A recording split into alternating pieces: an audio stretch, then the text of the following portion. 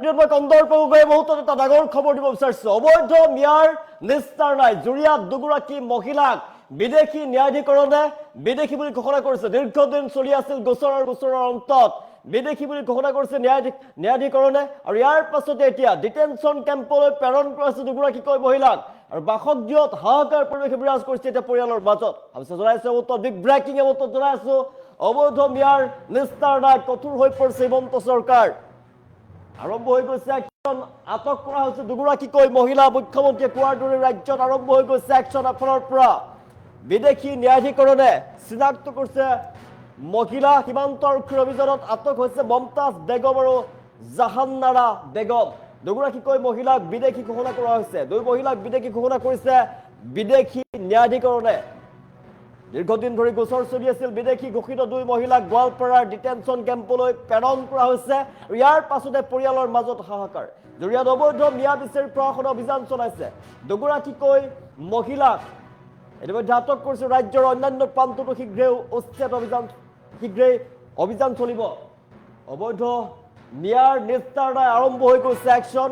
আৰু হিমন্ত বিশ্ব শৰ্মাৰ চৰকাৰ কঠোৰ হৈ পৰা দেখিবলৈ পোৱা গৈছে অবৈধ বাংলাদেশীৰ বিৰুদ্ধে। এবাৰ সীমান্ত আৰক্ষীৰ অভিযানত আটক হৈছে মমতাজ বেগম আৰু জাহানাৰা বেগম। দীৰ্ঘদিনৰ পৰা গোচৰ চলি আছিলে। এই গোচৰৰ অন্তত বিদেশী ন্যায়াধিকৰণে ৰায় দিছে যে দুগৰাকীকৈ মহিলা বিদেশী বুলি ঘোষণা কৰিছে। মুখ্যমন্ত্ৰী কোৱাৰ দৰে ৰাজ্যত আৰম্ভ হৈ গৈছে ম্যাৰ বিৰুদ্ধে একশ্যন। সীমান্ত আৰক্ষীৰ অভিযানত আটক মমতাজ বেগম আৰু জাহানাৰা বেগম। দুই মহিলাক বিদেশী ঘোষণা কৰিছে বিদেশী ন্যায়াধিকৰণে। বিদেশী ঘোষিত দুই মহিলাক গোৱালপাৰা ডিটেনশ্যন কেম্পলৈ প্ৰেৰণ কৰা হৈছে। জুৰিয়াৰ অবৈধ ম্যা বিচাৰি প্ৰশাসনে অভিযান চলাইছে। ৰাজ্যৰ বিভিন্ন প্ৰান্ততো শীঘ্ৰেই অচিনাকি লোকক বিচাৰি অভিযান চলোৱা হ'ব। আৰু এটা এটাকৈ বাংলাদেশী বিচাৰি প্ৰেৰণ কৰা হ'ব ডিটেনশ্যন কেম্পলৈ। দুই মহিলাক বিদেশী ঘোষণা কৰিছে বিদেশী ন্যায়াধিকৰণে। ইয়াৰ পাছতে এতিয়া জুৰিয়াত হাহাকাৰ পৰিৱেশে বিৰাজ কৰিছে। আতংকিত হৈ পৰিছে আন বহুতো লোক। বিদেশী ঘোষিত দুই মহিলাক গোৱালপাৰাৰ ডিটেনশ্যন কেম্পলৈ প্ৰেৰণ কৰা হৈছে। আমি দৃশ্যাংশ দেখুৱাই আছো। দীৰ্ঘদিন ধৰি গোচৰ চলি আছিলে। গোচৰ চলি থকাৰ অন্তত গোচৰৰ ৰায় প্ৰদান কৰিছে দুগৰাকীকৈ মহিলাক বিদেশী ন্যায়াধিকৰণে বিদেশী বুলি ঘোষণা কৰিছে।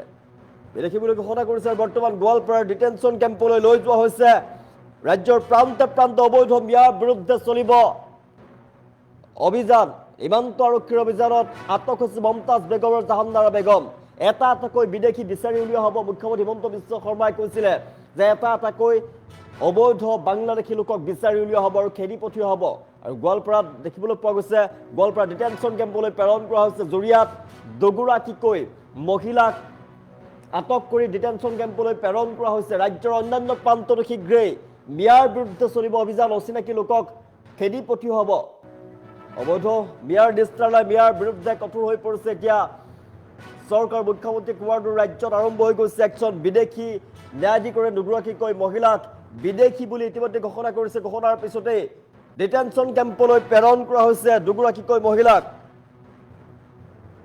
অবৈধ ম্যাৰ বিৰুদ্ধে একশ্যন আৰম্ভ হৈ গৈছে। মুখ্যমন্ত্ৰী হিমন্ত বিশ্ব শৰ্মাই কঠোৰ হৈ পৰা দেখিবলৈ পোৱা গৈছে। অবৈধ ম্যাৰ বিৰুদ্ধে কঠোৰ চৰকাৰ, কঠোৰ প্ৰশাসন। এবাৰ ম্যাৰ বিৰুদ্ধে একশ্যন আৰম্ভ হৈ গৈছে। জুৰিয়াত ডিটেনশ্যন কেম্পলৈ প্ৰেৰণ কৰা জুৰিয়াৰ দুগৰাকীকৈ মহিলাক বিদেশী ন্যায়াধিকৰণে বিদেশী ঘোষিত কৰিছে। দুই মহিলাক বিদেশী বুলি ঘোষণা কৰিছে। দীৰ্ঘদিনৰ পৰা গোচৰ চলি আছিলে। গোচৰৰ পাছতে দুই মহিলাক বিদেশী ন্যায়াধিকৰণে বিদেশী বুলি ঘোষণা কৰিছে। দুগৰাকীকৈ মহিলাক গোৱালপাৰা ডিটেনশ্যন কেম্পলৈ প্ৰেৰণ কৰিছে সীমান্ত আৰক্ষীৰ ফালৰ পৰা। দগাঁও ধিং গাঁৱৰ মমতাজ বেগম আৰু বগৰীগুৰি গাঁৱৰ জাহানাৰা বেগম নামৰ দুই মহিলাক ইতিমধ্যেই প্ৰেৰণ কৰা হৈছে ডিটেনশ্যন কেম্পলৈ। দীৰ্ঘদিন ধৰি জুৰিয়াৰ বিদেশী ন্যায়াধিকৰণত চলি থকা গোচৰ শুনানিৰ অন্তত আদালতে দুয়োগৰাকী মহিলাক বিদেশী বুলি ঘোষণা কৰিছে। আদালতৰ ৰায়দানৰ পিছতে সীমান্ত আৰক্ষীয়ে দুয়োগৰাকী মহিলাক আটক কৰিছে আৰু আইনী প্ৰক্ৰিয়া সম্পূৰ্ণ কৰি গোৱালপাৰা ডিটেনশ্যন কেম্পলৈ ইতিমধ্যে প্ৰেৰণ কৰিছে। আমি দৃশ্যাংশ দেখুৱাই আছো। আৰু ঘটনাক কেন্দ্ৰ কৰি এতিয়া তীব্ৰ প্ৰতিক্ৰিয়াৰ সৃষ্টি হৈছে সমগ্ৰ অঞ্চল জুৰি। আমি দেখুৱাই আছো গোৱালপাৰাৰ ডিটেনশ্যন কেম্পলৈ প্ৰেৰণ কৰিছে দুয়োগৰাকী মহিলাক। দীৰ্ঘদিন ধৰি চলি আছিলে গোচৰ। বিদেশী ন্যায়াধিকৰণৰ ৰায়ৰ পিছতে জুৰিয়াত দুগৰাকীকৈ মহিলাক আটক কৰি গোৱালপাৰা ডিটেনশ্যন কেম্পলৈ ইতিমধ্যে সীমান্ত আৰক্ষীৰ ফালৰ পৰা প্ৰেৰণ কৰা হৈছে। গ্ৰেপ্তাৰ হোৱা মহিলা দুগৰাকী হৈছে দগাঁও ধিং গাঁৱৰ মমতাজ বেগম আৰু বগৰীগুৰি গাঁৱৰ জাহানাৰা বেগম। দীৰ্ঘদিনৰ পৰা জুৰিয়া বিদেশী ন্যায়াধিকৰণত গোচৰ চলি আছিলে।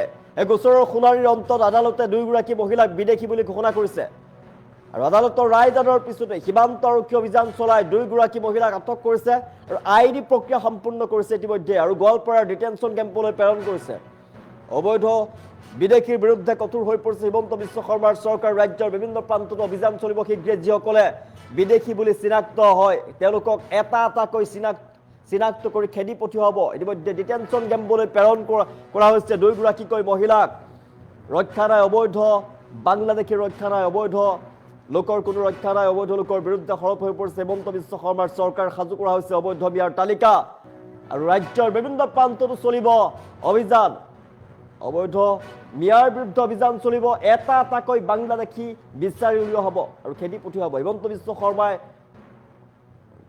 মন্তব্য কৰিছিলে ডাঙৰ ঘোষণা কৰিছিলে যে এটা এটাকৈ বিদেশী বিচাৰি উলিওৱা হ'ব আৰু বাংলাদেশৰ কাটাতাৰেদি বাংলাদেশলৈ পঠাই দিয়া হ'ব দেখিবলৈ পোৱা গৈছে ৰাজ্যৰ বিভিন্ন প্ৰান্ততো অবৈধ মিয়াৰ বিৰুদ্ধে অভিযান চলিব আৰু এই দেখিবলৈ পোৱা গৈছে জৰিয়াত অবৈধ মিয়া বিচাৰি প্ৰশাসনে অভিযান চলাই দুগৰাকীকৈ মহিলাক ইতিমধ্যে আটক কৰা হৈছে ৰাজ্যৰ অন্যান্য প্ৰান্ততো শীঘ্ৰেই চলিব এই অভিযান দুগৰাকী মহিলাক আটক কৰি ডিটেনশ্যন কেম্পলৈ প্ৰেৰণ কৰিছে সীমান্ত আৰক্ষীৰ ফালৰ পৰা যেহেতু দীৰ্ঘদিন ধৰি গোচৰ চলি আছিলে জুৰিয়াৰ আদালতত গোচৰ চলি আছিলে আৰু বিদেশী ন্যায়াধিকৰণৰ ৰায়ৰ পিছতে দুগৰাকীকৈ মহিলাক আটক কৰি গোৱালপাৰাৰ ডিটেনশ্যন কেম্পলৈ ইতিমধ্যে প্ৰেৰণ কৰা হৈছে সীমান্ত আৰক্ষীয়ে প্ৰেৰণ কৰিছে দুগৰাকীকৈ মহিলাক গ্ৰেপ্তাৰ হোৱা মহিলা দগাঁও ধিংগাঁৱৰ মমতাজ বেগম আৰু বগৰীগুৰি গাঁৱৰ জাহান্নাৰা বেগম দুয়োগৰাকী মহিলা বিদেশী বুলি ঘোষণা হৈছে বিদেশী বুলি চিনাক্ত কৰিছে বিদেশী ন্যায়াধিকৰণে দীৰ্ঘদিনৰ পৰা জুৰিয়াৰ বিদেশী ন্যায়াধিকৰণত চলি থকা গোচৰৰ শুনানিৰ অন্তত আদালতে দুয়োগৰাকী মহিলাক বিদেশী বুলি ঘোষণা কৰিছে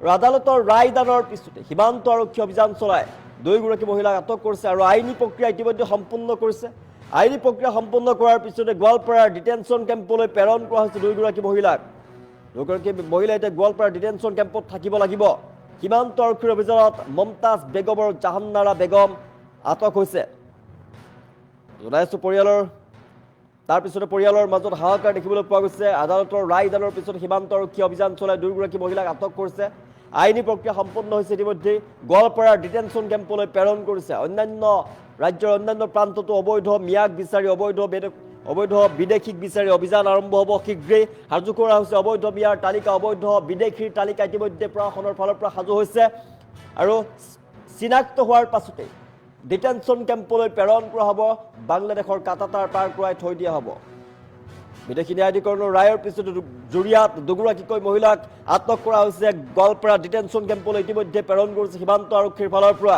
গ্ৰেপ্তাৰ হোৱা মহিলা দগাঁও ধিংগাঁৱৰ মমতাজ বেগম বগৰীগুৰি গাঁৱৰ জাহান্নাৰা বেগম জুৰিয়াৰ বিদেশী ন্যায়াধিকৰণত গোচৰ চলি আছিলে আৰু গোচৰৰ শুনানিৰ অন্তত আদালতে দুয়োগৰাকী মহিলাক বিদেশী বুলি ঘোষণা কৰিছে আৰু আদালতৰ ৰায়দানৰ পিছতে সীমান্ত আৰক্ষী অভিযান চলাই দুয়োগৰাকী মহিলাক আটক কৰিছে আৰু আইনী প্ৰক্ৰিয়া সম্পূৰ্ণ কৰি গোৱালপাৰাৰ ডিটেনশ্যন কেম্পলৈ প্ৰেৰণ কৰিছে আমি দৃশ্যাংশ দেখুৱাই আছোঁ দুয়োগৰাকী মহিলাক আটক কৰি ডিটেনশ্যন কেম্পলৈ প্ৰেৰণ কৰা হৈছে সীমান্ত আৰক্ষীৰ অভিযানত আটক মমতাজ বেগম আৰু জাহান্নাৰা বেগম দুই মহিলাক বিদেশী ঘোষণা কৰিছে ইতিমধ্যে বিদেশী ন্যায়াধিকৰণে বিদেশী বুলি ঘোষণা হোৱা দুই মহিলাক গোৱালপাৰাৰ ডিটেনশ্যন কেম্পলৈ প্ৰেৰণ কৰা হৈছে আইনী প্ৰক্ৰিয়া সম্পন্ন কৰি জুৰিয়াত অবৈধ বহুদিন হ'ল কেছটো চলি আছে এই চলা অৱস্থাত মানে কেছটো এবাৰ ইয়াতে উকিল ধৰিছোঁ ধৰাৰ পিছত কেছটোৰ পৰা ৰানিঙত চলি আছে চলাৰ পিছত কেছটো আমাৰ উকিলজনে কৈছে ডিক্লিয়াৰ হ'ল তোমালোকৰ কেছটো ভাল হৈছে পিছত আমি ক'লোঁ তেতিয়াহ'লে আমাৰ ডিক্লিয়াৰ যোনটো কাগজ মানে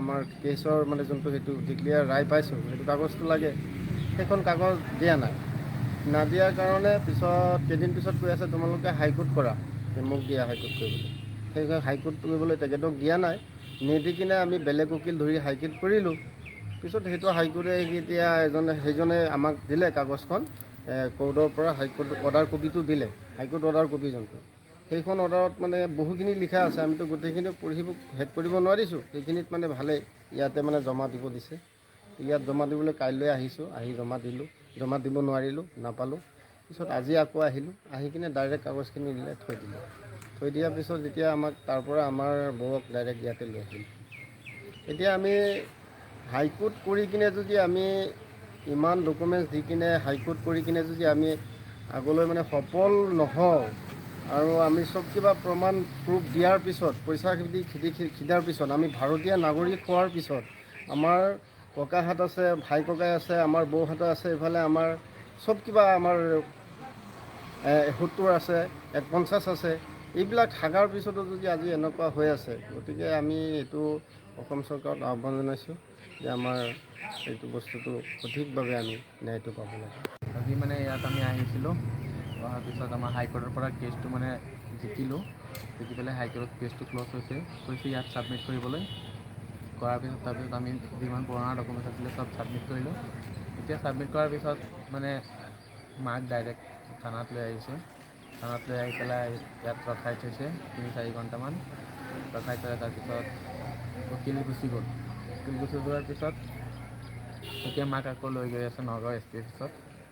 এতিয়া অৰ্ডাৰ কপিটো ওলাইছে চাগে ইয়াৰ পৰা না ওলোৱা নাই মই নাজানো। অৰ্ডাৰ কপিটো আমাক দিয়া নাই এতিয়ালৈকে।